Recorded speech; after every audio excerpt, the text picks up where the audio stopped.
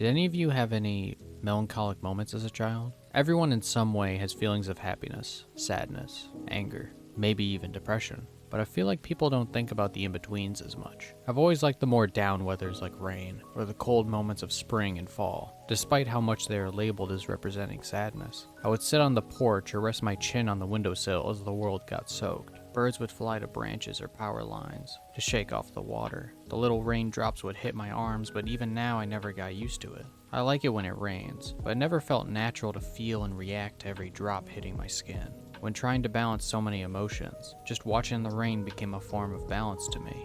That is a slice of life. But every slice of life in some way or another is different, so how can one genre, one label, describe such a large group of things? For example, two people dating can be a lot of things, yet if enough people can understand the situation, or key parts, it can be a slice of life.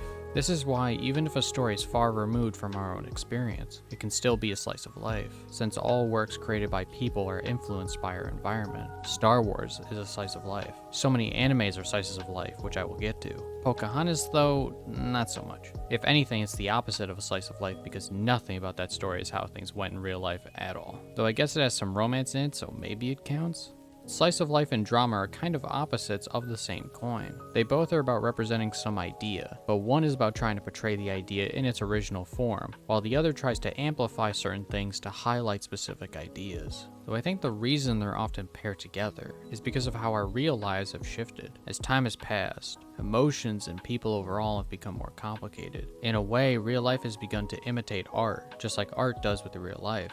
In philosophy, there's this idea of mimesis and anti-mimesis, which are opposing views that try to explain which side imitates the other more. In this case, I'd say the ideas of anti-mimesis have some merit.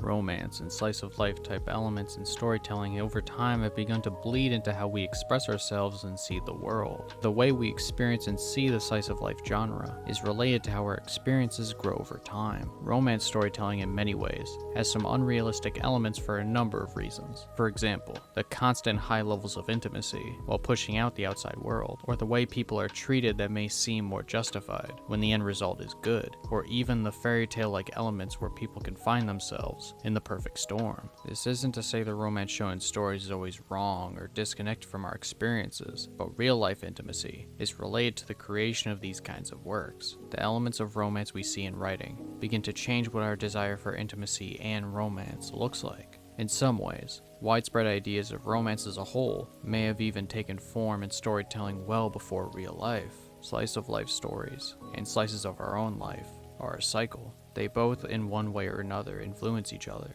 helping to fuel some changes in our social lives. In my opinion, a slice of life story is made by its ability to create a moment of life in its storytelling that connects with the living experience in some way. Romances can easily blend with the genre because of a shared experience people have with emotional connection, but action-oriented storytelling have a hard time with slice of life elements because a story being larger than life is hard to ground in that life it's trying to be larger than. One anime that's on its second season right now, called Isekai Shokudou, is a good example of a slice of life that manages to be grounded yet expansive with an interesting world. It focuses on a restaurant that opens up a special door to another magical fantasy world every Saturday. It's about exploring different tropes from fantasy and the philosophies of various people through the lens of a restaurant. The simple moments of a poverty-stricken demon woman coming to work at the place to make a better life for herself, various legendary figures traveling to eat otherworldly cuisine, and splashing in new regulars every couple episodes make the story work. When I see this anime,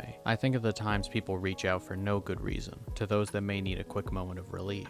Nobody is a perfect, well-oiled machine all the time, and slice-of-life stories can show that. What do you all think of slice-of-life stories? What are some of your favorites? What do you all think of this more somber, lower-in-tone video format? I'm gonna try some new things more often to see if I can find any new styles I want to explore. And if you haven't already subscribed, it costs nothing, and you can unsubscribe later on if you want. I hope to see you next time.